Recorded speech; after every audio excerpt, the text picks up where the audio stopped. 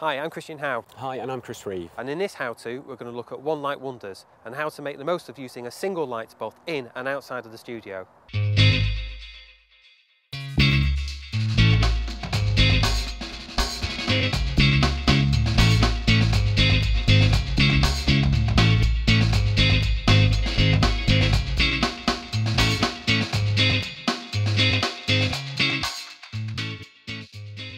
What I really like about using a single light is the complete simplicity and freedom it gives you.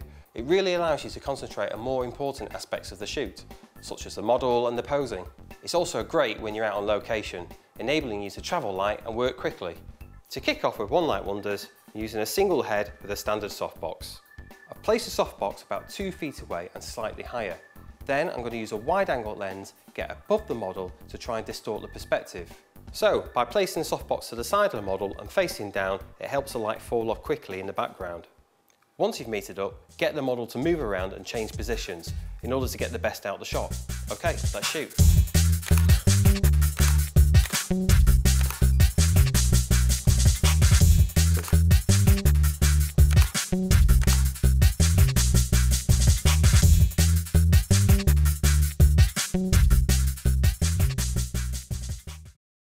In this shot, we're going to use a combination of flash and ambient light in order to get a shot with a little more drama. In terms of lighting, we're using a single head with a max light reflector and honeycomb grid in order to create a nice tight and hard light. The aim of this shot is to actually create a nice balance between the flash and the ambient light. To illustrate this, I shot 4 images. The first image, we used no flash at all. The second image was using flash but with a slower shutter speed in order to allow more ambient light into the frame. And the third image, we used a flash and a shutter speed of 1/125th of a second. And finally on the fourth image, I'm going to shoot at f10 at about 25th of a second, which creates a nice balance between the ambient and the flash light.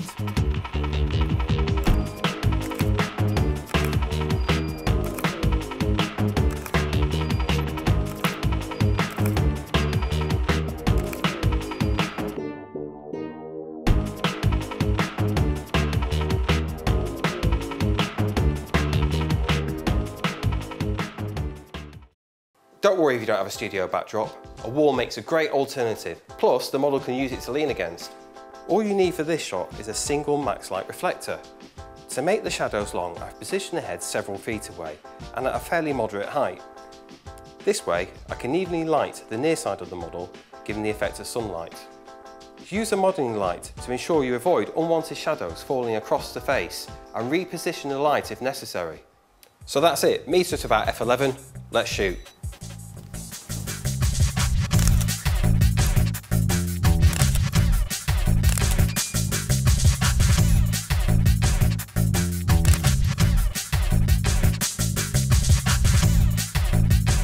If you want more shadow, then you can simply place a black polyboard or black fabric just out the camera frame on the far side of the model.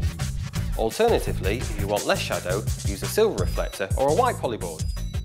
Thanks, Christian. Great shots there of Monica. Here's a few tips when using just one light. One of my favourite ways of shooting is to balance sunlight with one flash head. In this example, we shot the picture of the soldier first without flash, then used trial and error to balance both light sources. This approach can be used both in and out of the studio with the use of either the travel pack or the larger Explorer pack.